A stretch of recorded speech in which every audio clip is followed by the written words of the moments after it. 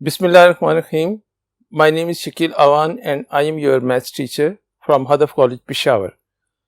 आज हमने review exercise के रिमेनिंग क्वेश्चंस करने हैं।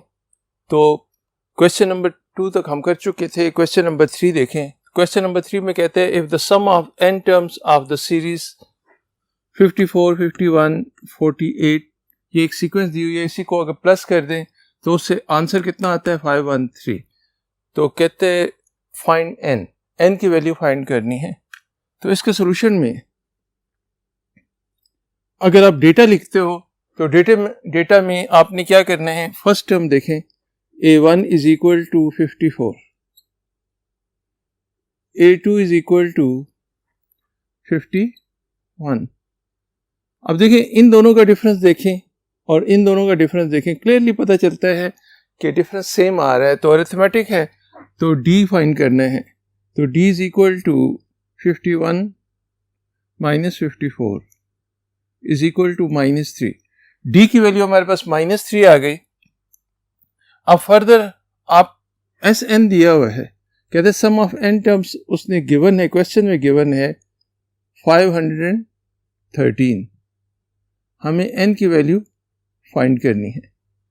तो n की वैल्यू कैलकुलेट करने के लिए आप Sn का फॉर्मूला लगा दो। Sn is equal to n/2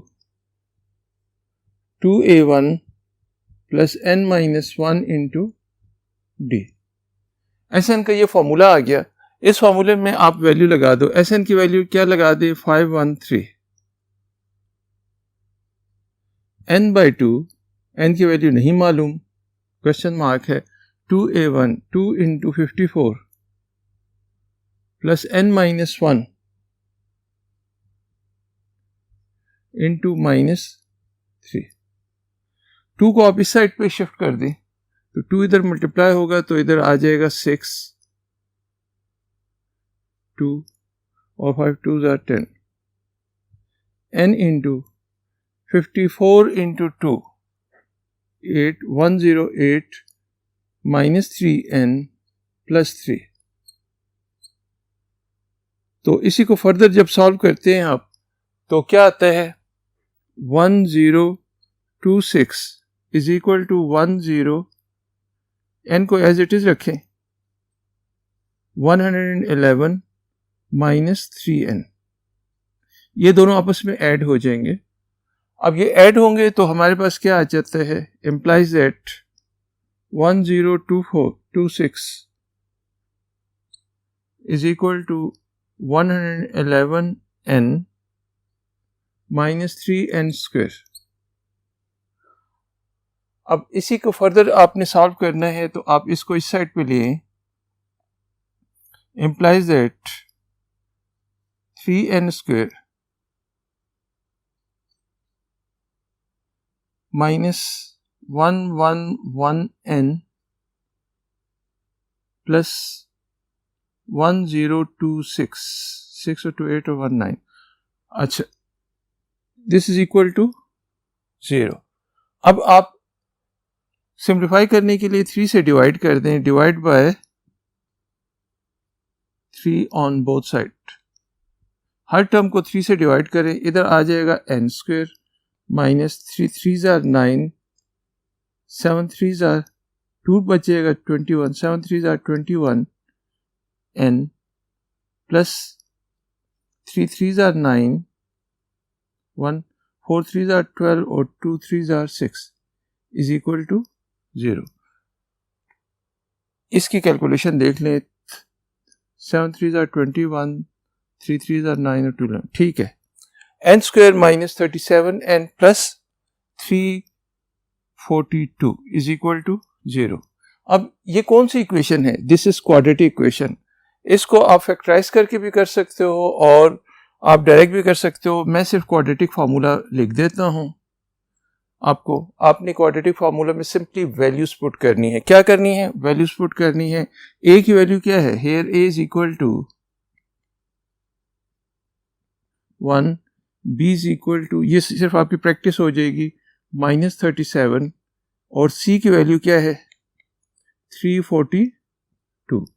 तो n की वैल्यू, क्वाड्रेटिक फार्मूला क्या होता है, क्वाड्रेटिक फार्मूला को मैं इससे लिख देता हूँ minus B plus minus B square minus 4ac divided by 2a। इसके आगे आपने इसको कंप्लीट करना है। आपको a भी मिल गया है, आपको b भी मिल गया है, आपको c भी मिल गया है, तीनों वैल्यूज मिल गई हैं। ये वाली वैल्यूज इसमें पुट करें। एक 8th क्लास का बच्चा भी इसको कर सकता है, तो आप लोगों ने इसको ज़रूर करना है। n की 2 वैल्यूज आएंगी। अगर जो नेगेटिव वैल्यू हो इसको इग्नोर कर दें, क्योंकि नंबर ऑफ टर्म्स जो होती है नेगेटिव नहीं होती, जो पॉजिटिव वैल्यू हो वो हमने एक्सेप्ट करनी है। तो आइए नेक्स्ट क्वेश्चन के लिए नेक्स्ट बोर्ड की तरफ चलते हैं।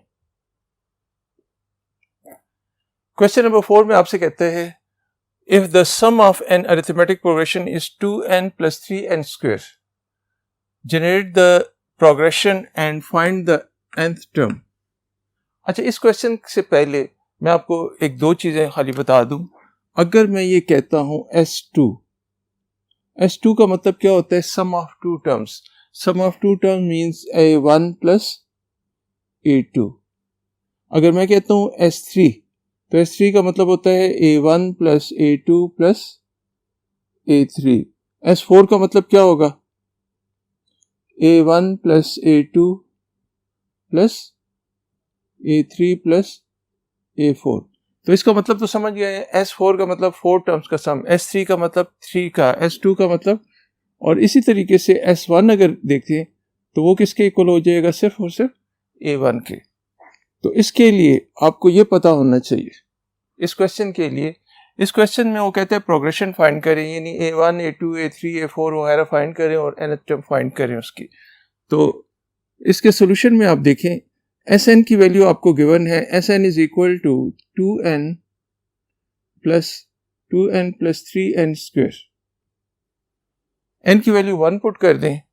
n की वैल्यू इसमें मैं 1 पुट करता हूं, तो ये S1 इज इक्वल टू 2 × 1 + 3 × 1 का स्क्वायर। लेकिन S1 किसके इक्वल है? A1 के। तो A1 इज इक्वल टू 2 + 3 5। बात मेरी समझे या नहीं? S1 किसके इक्वल है? A1 के। तो S1 चूंकि 1 है तो S1 की वजह मैंने A1 लिख दिया और 2 + 3 5 आ गया। अब n की वैल्यू इसी फार्मूले में, ये इस वाले फार्मूले में हम n की वैल्यू क्या पुट करते हैं? इसे इक्वेशन नंबर 1 कह देते हैं। अब n की वैल्यू इसी में 2 पुट करता हूं, ये रेड वाले उसमें। तो n is equal to 2 put करते हैं, तो S2 इज इक्वल टू 2 × 2 + 3 × 2 का स्क्वायर। इम्प्लाइज दैट S2 यहां से देखें किसके इक्वल है? A1 + A2। S2 की वैल्यू क्या है? A1 + A2। तो S2 की वजह मैं इधर A1 + A2 लिखता हूं। ये कैलकुलेशन में मेरी हेल्प करें। 2 2s are 4 + 3 4s are 12। लेकिन A1 देखें क्या है? A1 ऊपर देखें 5 है, तो implies that 5 is equal to 5 + A2 is equal to 16, implies that A2 is equal to 16 - 5।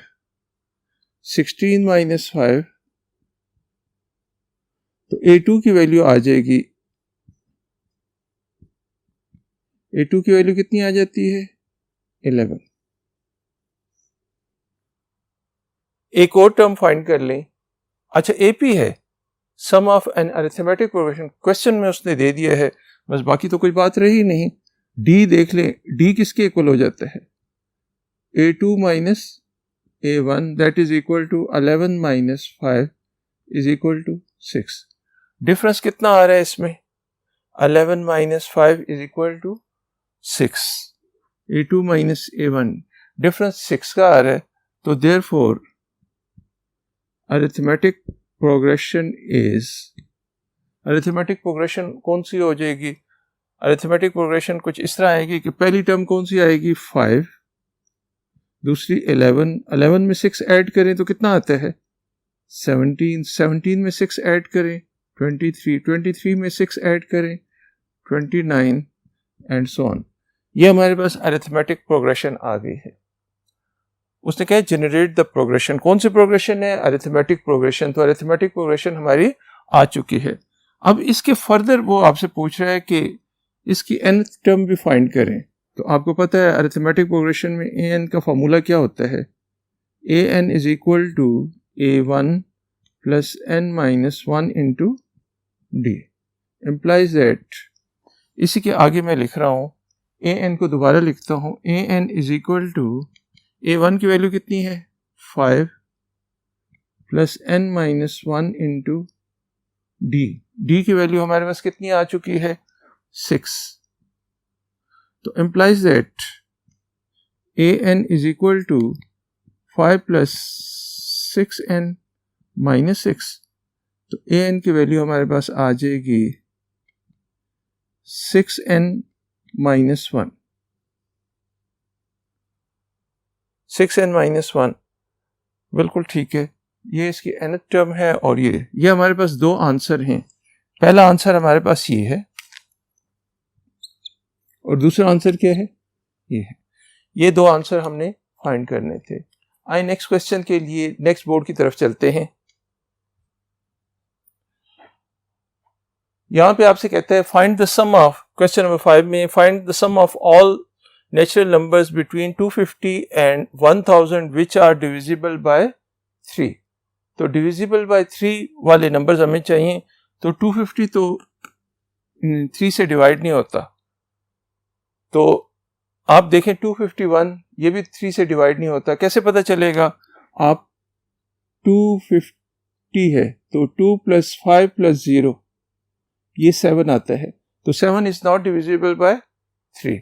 इसी तरीके से इसमें 1 ऐड करूं तो ये 8 हो जाएगा, तब भी नहीं। इसमें अगर 2 ऐड करूं तो 252 अगर करूं तो 252 2 प्लस 5 प्लस 2, तो 252 इज डिविजिबल बाय 3। क्योंकि इन तीनों के सम से कितना आता है? इन तीनों के सम से हमारे पास 9 आता है। 9 इज डिविजिबल बाय 3। तो इस वजह से पूरा नंबर भी 3 के लिए रूल्स हैं, 3 के लिए और 9 के लिए कुछ रूल्स हैं, उसी में ये सम करके हम इन डिजिट्स को देखते हैं। तो इसके सोल्यूशन में देखें,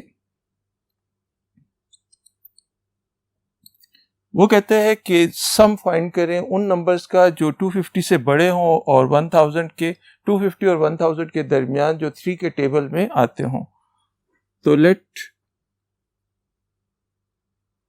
एस बी रिक्वायर्ड सम।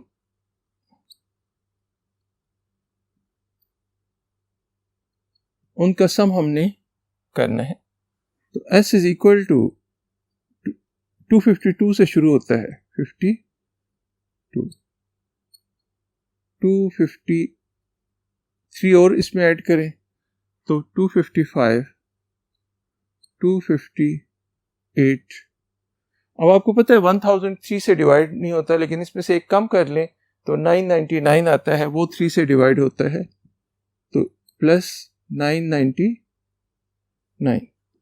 ये हमारे पास क्वेश्चन बन गया है। क्वेश्चन मैंने बना दिए है, बिल्कुल आसान है। सबसे पहले नंबर ऑफ टर्म्स फाइंड करेंगे। तो आप सबसे पहले डेटा लिखें।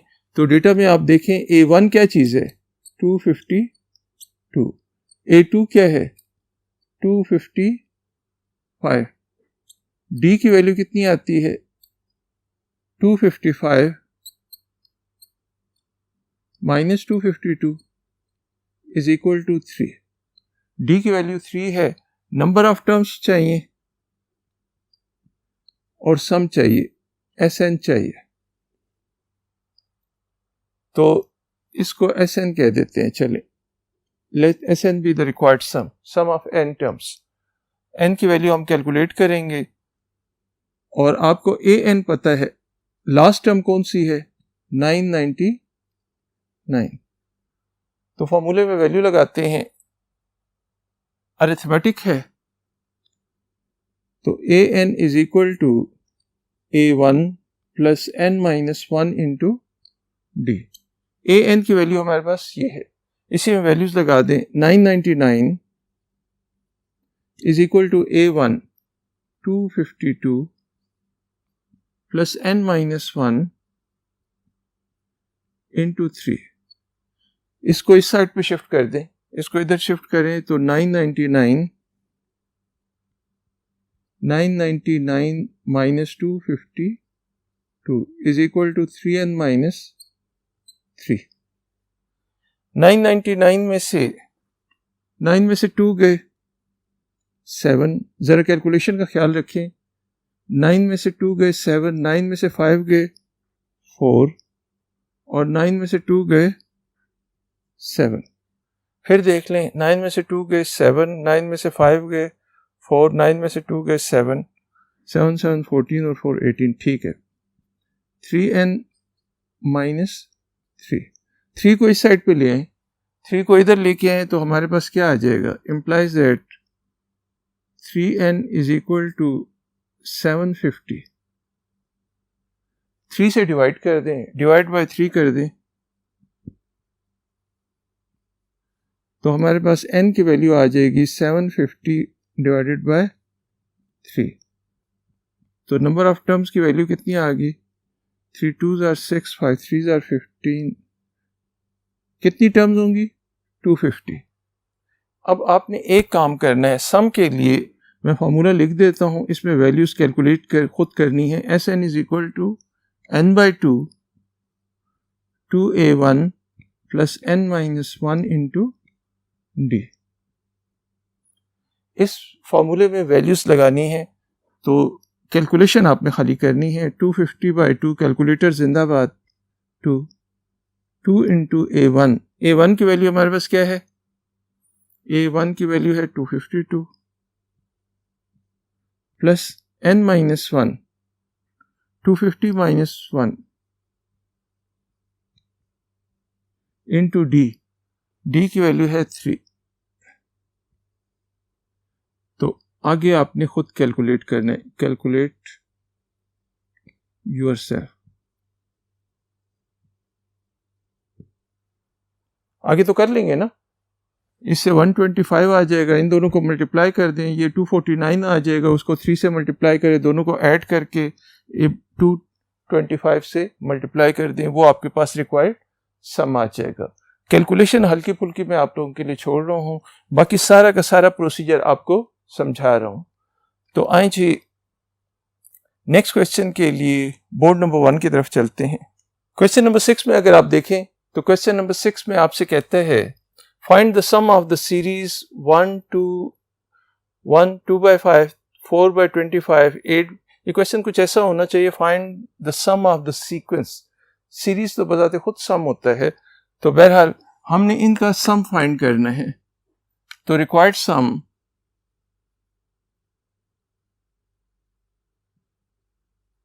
सॉल्यूशन में देखें, required sum is equal to क्या आ जाएगा, required sum is equal to 1 plus 2/5 plus 4/25 plus 8/125 plus so on. यहां पे नंबर ऑफ टर्म्स इन्फिनिट है, नंबर ऑफ टर्म्स नहीं गिवन, तो इसमें डेटा जरा लिख लें। रिक्वायर्ड सम का हमारे ये चूंकि इन्फिनिट ज्योमेट्रिक सीरीज है, this is infinite geometric series, तो इसका फॉर्मूला क्या होगा, this is a1 over 1 minus r। अब हेयर साइड पे मैं लिख देता हूं, a1 क्या है 1, a2 क्या है 2/5, a2 की वैल्यू है 2/5, r किसके इक्वल आ जाएगा a2 डिवाइडेड बाय a1, तो मीन्स 2/5 डिवाइडेड बाय 1, तो 2/5 ही आएगा। आपने ये वाली तमाम वैल्यूज इसमें पुट कर देनी है, इस सम में ये तमाम वैल्यूज पुट कर दें। तो रिक्वायर्ड सम ए की वैल्यू हमारे पास है 1 माइनस 2/5, तो आप इसी का एलसीएम ले लें, 5 एलसीएम, तो 5 माइनस 2, तो 5 ऊपर चला जाएगा, तो दिस इज इक्वल टू 5/3। तो रिक्वायर्ड सम हमारे पास क्या आ गया है 5/3। तो ये क्वेश्चन तो यहाँ पे ख़त्म होता है, लेकिन कुछ चीज़ें और मैंने आपको बतानी हैं, वो ज़रा याद रखें। ये याद रखें कि अगर आपके पास A1, A2, A3 arithmetic progression में होते हैं, A1, A2, A3 arithmetic progression में, तो A2 को आप लिख सकते हैं, इन दोनों का डिफरेंस अगर D है तो इसका डिफरेंस भी कितना होगा, D होगा। तो नंबर्स कौन से होंगे, A2 की वैल्यू हमारे पास A1 प्लस D होगी। A2 की वैल्यू A1 में अगर D ऐड करूंगा तो A2 आएगा। इसी तरह A3 में, इसमें अगर 2 दफ़ा D ऐड करूंगा, A1 में अगर 2 टाइम्स में D ऐड करूंगा तो A3 आएगा। A3 की वैल्यू क्या आएगी, A1 प्लस 2D। ये नेक्स्ट क्वेश्चन के लिए थोड़ी सी चीज़ें बता रहा हूँ, वो चीज़ें अगर आपको याद होंगी तो आप लोग बड़े आसानी से कर सकोगे। A2 A1 plus D, A3 A1 plus 2D। अब इसी तरीके से अगर A1, A2, A3 are in geometric progression, तो अगर इसको R से मल्टीप्लाई करूंगा, A1 को R से मल्टीप्लाई करूंगा तो A2 आएगा, A2 को R से मल्टीप्लाई करूंगा तो A3 आएगा। तो A2 is equal to implies that A2 is equal to A1 into R, और A3 कैसे आता है, A1 इंटू R को दोबारा R से मल्टीप्लाई करें तो A3 की वैल्यू, बात मेरी समझ रहे हैं या नहीं, A2 को अगर R से मल्टीप्लाई करें, A2 को R से मल्टीप्लाई करें, सॉरी A2 को R से मल्टीप्लाई करें तो A3, A1 को R से मल्टीप्लाई करें तो A2। जब भी पिछली टर्म को R से मल्टीप्लाई करें तो नेक्स्ट टर्म आपको मिलती है ज्योमेट्रिक प्रोग्रेशन में, तो A3 is equal to A1 into R को 2 दफ़ा मल्टीप्लाई करने से आएगी। ये रिजल्ट अगर आपको याद रहेगा, ये रिजल्ट याद रहेगा तो अगला क्वेश्चन बड़ी आसानी के साथ आप लोग कर सकते हो। तो आए नेक्स्ट क्वेश्चन के लिए नेक्स्ट बोर्ड की तरफ चलते हैं। क्वेश्चन नंबर 7 में अगर आप देखें तो क्वेश्चन नंबर 7 में कहते हैं if A, B, C are in arithmetic progression and X, Y, Z are in GP geometric progression, show that this is equal to this. तो लेफ्ट हैंड साइड को राइट हैंड साइड के equal proof करना है। यहाँ पे important properties थोड़ी देर पहले जो मैंने आपको बताई थी वो हैं, तो इसके सोल्यूशन में देखें, जरा गौर करें। अच्छा, since A, B, C are in arithmetic progression, चूंकि A, B, C arithmetic progression है तो B कैसे आएगा, इसमें अगर मैं D ऐड करूं, A में अगर D ऐड कर दूं तो क्या आ जाएगा, B।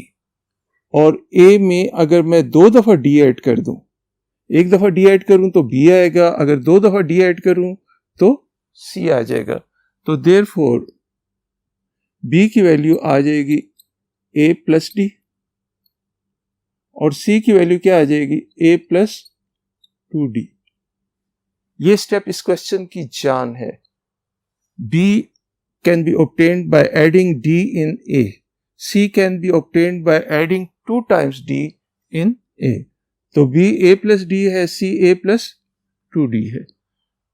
तो फर्स्ट चीज ये अगर आप समझ गए हैं तो next X, Y, Z are in geometric progression. X, Y and Z are in geometric progression. ये geometric progression में है since X, Y and Z, चले X, Y, Z are in GP geometric progression में है। तो अगर मैं इसको R से मल्टीप्लाई करूं, इसको किससे मल्टीप्लाई करूं, R से, तो Y कैसे आएगा, Y is equal to X into R। Y obtain होता है X को R से मल्टीप्लाई करने से, तो therefore Y is equal to X into R, first term into R, R को स्मॉल उसमें लिखा है तो स्मॉल R। अब z कैसे ऑब्टेन होता है? z में कितनी दफ़ा r मल्टीप्लाई करेंगे? एक और दफ़ा r। y को अगर r से मल्टीप्लाई करूंगा तो z आएगा। तो z is equal to 2 times r को मल्टीप्लाई करने से z is equal to x into R square. एक ये रिजल्ट है और एक ये रिजल्ट। अब हमने जो चीज़ प्रूफ करनी है, ये चीज़ प्रूफ करनी है, तो इसमें लेफ्ट हैंड साइड लेते हैं, फिर राइट हैंड साइड, और दोनों को कैलकुलेट करेंगे। अगर दोनों के आंसर सेम आ गए तो इसका मतलब है left hand side is equal to right hand side. तो टेकिंग लेफ्ट हैंड साइड आप लें, left hand side x raise to power b, y raise to power c, z raise to power a। x की बजाय x की value लगा दें। x की तो कोई वैल्यू नहीं है, लेकिन b की वैल्यू है। b की वैल्यू क्या है? a plus D. x raise to power a plus D. y की वैल्यू देखें क्या है? X R. बिल्कुल एहतियात के साथ इसको करें। c है, c की वैल्यू यहां पे देख लें। c की वैल्यू हमारे पास क्या है? a plus 2d। एक साइड एहतियात करें, दूसरे में गलती भी हो तो वही आंसर लिख दिया करें, लेकिन एक साइड बड़ी एहतियात के साथ करें। z की वैल्यू क्या है? X R square raise to power b है कि a है, एक्स आर स्क्वायर a है, तो a तो एज इट इज आ जाएगा। अब आप इसको जरा सिंप्लीफाई करें तो x raise to power a, x raise to power a plus d है, x raise to power a plus 2d।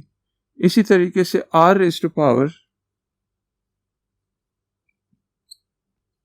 देखिए इसकी पावर 1 है, r की पावर भी 1 है, इसकी पावर भी 1 है, तो 1 इससे मल्टीप्लाई होगा तो a प्लस 2d, 1 इससे मल्टीप्लाई होगा तो a प्लस 2d। यहां पे भी x की पावर 1 है तो x की पावर a और r की पावर 2a आ जाएगा। अब bases are same, when bases are same powers are added. तो इसमें देखें इसकी और इसकी बेसिस क्या है? सेम है, तो ये d है।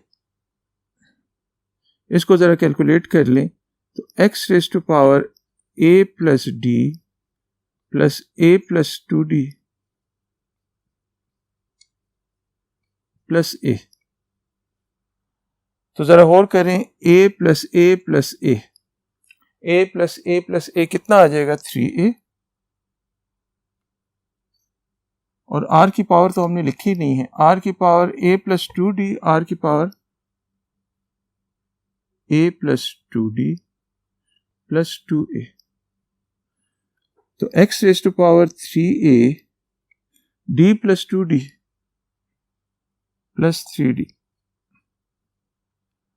a plus a plus a 3a plus 3d, और r की पावर कितनी आ जाएगी? 3a plus 2d।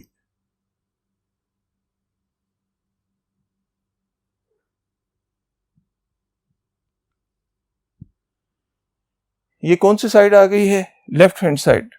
अब हम राइट हैंड साइड को कैलकुलेट करते हैं। लेफ्ट हैंड साइड को आप जरा हाईलाइट कर दें कि लेफ्ट हैंड साइड हमारे पास कौन सी है? ये वाली। लेफ्ट हैंड साइड हमने संभाल के रखी। राइट हैंड साइड को कैलकुलेट करते हैं। तो राइट हैंड साइड में को कैलकुलेट करने के लिए हम नेक्स्ट बोर्ड पे जाते हैं। तो राइट हैंड साइड के लिए हमने क्या करना है? राइट हैंड साइड लिख देनी है। राइट हैंड साइड है x raise to power c, y raise to power a और z raise to power b। तो x raise to power, x की वैल्यू तो x ही है और c की वैल्यू हमारे पास क्या है? a plus 2d। y की वैल्यू देखें क्या है? y की वैल्यू है एक्स आर पावर a और z की वैल्यू हमारे पास है x r square raise to power b है। b की वैल्यू हमारे पास है a प्लस d। इसको जरा एहतियात से कैलकुलेट करें तो ये हमारे पास आ जाता है x raise to power a plus 2d, x raise to power a, r raise to power a, कुछ भी नहीं कर रहा हूँ, सिर्फ पावर्स लगा रहा हूँ, ये पावर इस पे भी, ये पावर इस पे भी, तो x raise to power a plus d और r के पावर देखें क्या है, 2 है, 2 दोनों के साथ मल्टीप्लाई होगा तो r raise to power 2a plus 2d। अब बेसिस देखें सेम है, किस किस की बेसिस सेम है, इसकी और इसकी बेसिस जिनको अंडरलाइन किया है मैंने, इन तीनों की बेसिस सेम है तो इसको ऐड कर दें, x raise to power a plus 2d plus a plus d और r रेज टू पावर देख लें, r raise to power a plus 2a plus 2d। तो ये हमारे पास आ गया है x raise to power 3a, a plus a plus a, 3a plus 3d और r रेज टू पावर कितना है, 3a plus 2d, r raise to power 3a plus 2d। ये कौन सी साइड आ गई है, राइट हैंड साइड। तो यहां पे आपने लिख देना है फ्रॉम 1 and 2 बेशक इक्वेशन 1 एंड इक्वेशन 2 लिख दें, from equation 1 and equation 2 left hand side is equal to right hand side. तो ये क्वेश्चन तो यहां पे प्रूव हो गया, बेशक आप रिजल्ट आखिर में लिख दें जो उसने मांगा हुआ है। नेक्स्ट हमारे पास है क्वेश्चन नंबर 8 में। क्वेश्चन नंबर 8 आप लोगों ने खुद करना है, बिल्कुल आसान सा है, मैं आपको सिर्फ हिंट दे देता हूं। क्वेश्चन नंबर 8 में आपसे कहता है फाइंड अरिथमेटिक मीन, ये तो गप लगाई हुई है उसने, find arithmetic mean between 10 whole 1/2 and दूसरा क्या है 10 whole 1/2 एंड 25 whole 1/2। इन दोनों का अरिथमेटिक मीन फाइंड करें तो ये a हो जाएगा, ये b हो जाएगा। तो a की वैल्यू इसके सॉल्यूशन में देख लें, मैं सिर्फ बता देता हूं। a की वैल्यू सॉल्यूशन में आप देखें तो a की वैल्यू क्या है, a is equal to 10 whole 1/2 इसी को टू 10 or 20 21/2 और b की वैल्यू है 25 whole 1/2। तो कंपाउंड फ्रैक्शन में लिखा हुआ है, इसे सिंपल फ्रैक्शन में आप कन्वर्ट करें तो 50 + 1 51/2। तो अरिथमेटिक मीन का फार्मूला क्या होता है, सिर्फ मैं फार्मूला लिख देता हूँ, वैल्यूज आप पुट करें a + b डिवाइडेड बाय 2। इसी के आगे लिख देता हूँ 21/2 प्लस 51/2 डिवाइडेड बाय 2।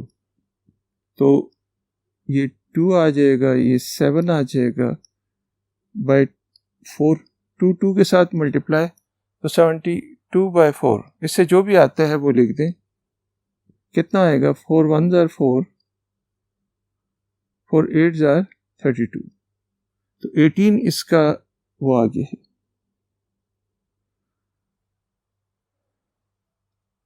तो ये तो था क्वेश्चन नंबर 8। अब नेक्स्ट क्वेश्चन के लिए हम बोर्ड नंबर 1 की तरफ चलते हैं। क्वेश्चन नंबर 9 में अगर आप देखें तो क्वेश्चन नंबर 9 में आपसे कहते हैं find 3 numbers of a geometric progression whose sum is 26 and product is 216। कहते हैं 3 नंबर्स इन ज्योमेट्रिक प्रोग्रेशन। तो 3 नंबर्स इन ज्योमेट्रिक प्रोग्रेशन आप लेते हो तो ये इसकी एग्जांपल मैं आपको दे दें, 3, 6 एंड 12, ये हमारे पास 3 नंबर्स इन ज्योमेट्रिक प्रोग्रेशन है। तो इस 6 को अगर मैं एज इट इज लिखूं, इसे 6 इंटू 2 लिख सकता हूं, और इसको मैं लिख सकता हूं 6 डिवाइडेड बाय 2। अगर 6 को मैं a कंसिडर कर लूं और 2 को r कंसिडर कर लूं, तो ये हमारे पास AR हो जाएगा, और ये a डिवाइडेड बाय r। तो याद रखें, जब भी 3 नंबर्स इन अरिथमेटिक प्रोग्रेशन आप लेंगे, तो आप अगर ये सपोज करोगे तो आपको बहुत आसानी होगी। इसके बगैर भी हो सकता है, लेकिन वो फिर ज़रा लंबा चला जाता है। तो क्वेश्चन नंबर 6 के सोल्यूशन में, 9 के सोल्यूशन में आप देखें, let the 3 numbers in geometric progression be a by r, a and AR, ये 3 नंबर ज्योमेट्रिक प्रोग्रेशन में है। अब इसमें उसने कहा है कि इसके एक सम दिया है, एक प्रोडक्ट। तो पहले मैं प्रोडक्ट ले लेता हूं। गिवन है प्रोडक्ट इज इक्वल टू कितना है, 216। तो प्रोडक्ट को आप लिख सकते हो a by r into a into AR is equal to 216। Product का मतलब क्या है, तीनों को मल्टीप्लाई करें, इसको इसको इसको, तो तीनों को मल्टीप्लाई करेंगे, r r के साथ कैंसिल, तो implies that a cube is equal to 216, implies that a cube is equal to 6 का क्यूब, 6 क्यूब 216 होता है। तो a की वैल्यू हमारे पास आ जाती है 6। मुबारक हो, a की वैल्यू आ चुकी है। अब दूसरी चीज वो कहते हैं कि इनका सम किसके इक्वल है। गिवन है कि सम इज इक्वल टू 26 है। सम से मुराद क्या है, इन तीनों को अगर प्लस करें, अगर मैं क्या करूं, a बाय r लिखूं प्लस a लिखूं प्लस AR लिखूं, तो ये किसके इक्वल आएगा, 26। तो जी इसको कैलकुलेट करते हैं। a की बजाय a की वैल्यू लगा दें, r से मल्टीप्लाई कर दें, multiply by r on both side. r से मल्टीप्लाई करें तो देखें इधर कितना आएगा, a plus AR square is equal to 26r। अब a की बजाय a की वैल्यू लगा दें, a की वैल्यू कितनी है, 6, तो ये आ जाएगा 6 plus 6r plus 6r square minus 26r is equal to 0। जी इसको फैक्टराइज करें तो फैक्टराइज करने से पहले जरा सिंप्लीफाई कर लें, 6r square minus 20r plus इन दोनों से माइनस 20 और इधर से प्लस 6 इज इक्वल टू 0। तो इसको 3 से डिवाइड करें तो कितना आ जाएगा, 3r square minus 10r plus 3 is equal to 0। इसके फैक्टर्स मैं इधर बना देता हूं, 3r square minus 9r minus r plus 3 is equal to 0। 3r common, r minus 3 minus 1 common, r minus 3 is equal to 0। तो देखिए r की दो वैल्यूज आ रही हैं, r minus 1 into 3r minus 1 is equal to 0। तो r की दो values आई हैं, एक 1 आ जाएगी और एक 1/3। r की कितनी वैल्यूज आई हैं, दो वैल्यूज आई हैं। वो दोनों वैल्यूज अगर आप इसमें पुट करो, इनमें पुट करो, तो ये आपके पास रिक्वायर्ड रिजल्ट आपको मिल जाएगा। तो आंसर तो लिख लेंगे ना। मैं आपको जुबानी बता देता हूँ। ए की वैल्यू कितनी है? 6/1, फिर 6 और 6 इंटू 1। तो हमारे पास जो आंसर आएंगे मैं इसी के नीचे लिख देता हूँ, इसके बाद आपने लिखने हैं। इस जगह को मैं इस जगह पे लिख देता हूँ। अगर 1 लिखेंगे तो 1/r, 6/1, 6 आ जाएगा। r की वैल्यू 1 है, r की वैल्यू 1 तो हो नहीं सकती। r की वैल्यू क्या आएगी? 1/3। चलिए नेक्स्ट बोर्ड पे इसको लिखते हैं, देख लें कि हमने सही लिखा है या नहीं। 3r - 1, r - 3 है, r - 3 है तो r की वैल्यू 3 आएगी, सॉरी 3 आती है। तो इसका आंसर हम नेक्स्ट बोर्ड पे लिखते हैं। यहाँ पे हम इसको नेक्स्ट बोर्ड पे इसकी के आंसर को लिखते हैं।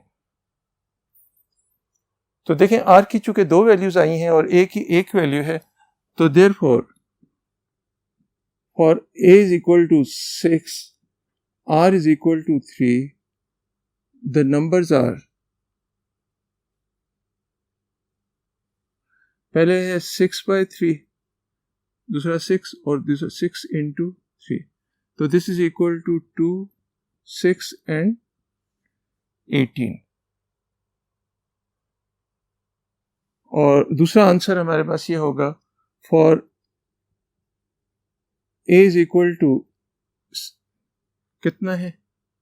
a is equal to 6, r is equal to 1/3, the numbers are,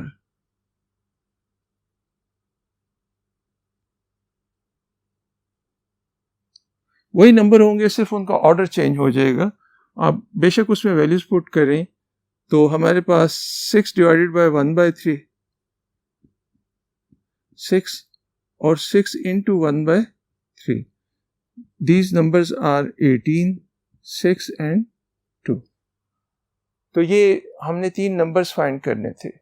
अच्छा, इसके अगले 2 क्वेश्चन जो है बड़े सिंपल से हैं, तो वो आप लोगों ने, एक क्वेश्चन नंबर 11 है और एक 10 है और एक 11 है। ये मैं आपको होमवर्क दे रहा हूँ, बिल्कुल वही पैटर्न है। तो 90% क्वेश्चंस तकरीबन मैंने करवा दिए हैं, 1-2 क्वेश्चन ही आप लोगों को दिए हैं।